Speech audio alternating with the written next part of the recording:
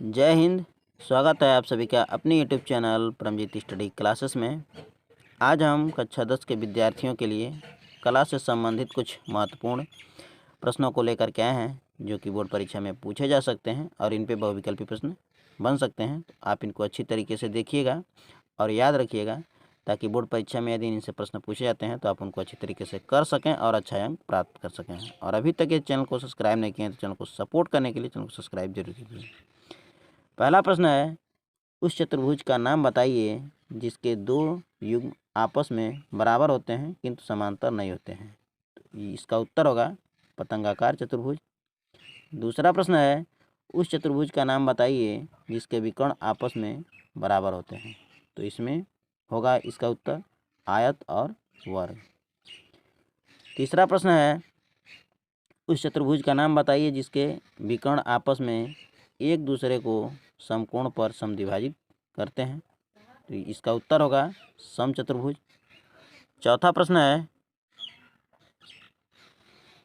उस चतुर्भुज का नाम बताइए जिसका प्रत्येक कोण 90 अंश तथा सम्मुख भुजा बराबर होती है। तो इसका उत्तर होगा आयत। पांचवा है, उस चतुर्भुज का नाम बताइए जिसकी सभी भुजाएं बराबर परंतु प्रत्येक कोण समकोण न हो। ये इसका उत्तर हो जाएगा समचतुर्भुज। उसके बाद है छठवां प्रश्न, चतुर्भुज की सम्मुख शीर्ष को मिलाने वाली रेखाखंड क्या कहलाती है। तो वो विकर्ण कहलाती है।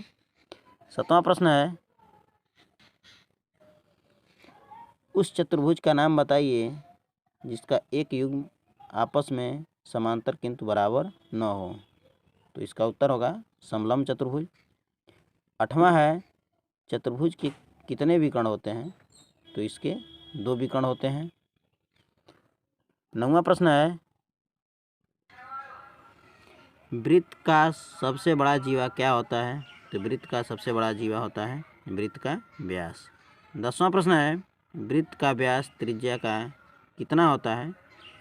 तो यह जो होता है वो 2 गुना होता है। व्यास जो होता है त्रिज्या का 2 गुना होता है। 11वां प्रश्न है, वृत्त की परिधि पर स्थित किन्हीं 2 बिंदुओं को मिलाने वाली रेखाखंड क्या कहलाती है। तो ये जीवा कहलाती है, वृत्त की जीवा इसको कहते हैं। 12वां प्रश्न है, वृत्त के परिधि के किसी भाग को क्या कहते हैं। तो उसको हम चाप कहते हैं। 13वां प्रश्न है, उस त्रिभुज का नाम बताइए जिसका एक कोण समकोण हो। तो उसको हम क्या कहते हैं, समकोण त्रिभुज कहते हैं। 14वां प्रश्न है, वृत्त के परिधि पर स्थित किसी बिंदु से कितनी स्पर्श रेखाएं खींची जा सकती हैं। तो इसका उत्तर होगा 1 रेखा।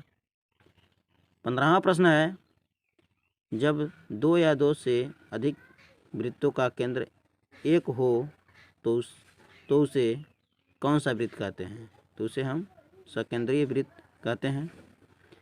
16वां प्रश्न है, 2 कोटिपूरक कोणों का योगफल कितना होता है। तो ये 90 होता है। 17वां प्रश्न है, 2 समपूरक कोणों का योगफल कितना होता है। तो समपूरक कोणों का योगफल 180 होता है। 18वां प्रश्न है, पूर्ण कोण का मान कितना होता है। तो पूर्ण कोण का मान 360 अंश होता है। तो ये रहे कुछ महत्वपूर्ण प्रश्न। मैं आशा करता हूँ कि आप सभी को वीडियो अच्छा लगा होगा। वीडियो यदि अच्छा लगा हो तो चैनल को सपोर्ट करने के लिए चैनल को सब्सक्राइब करना ना भूलें। मिलते हैं आप सभी से अगले वीडियो में, तब तक के लिए जय हिंद।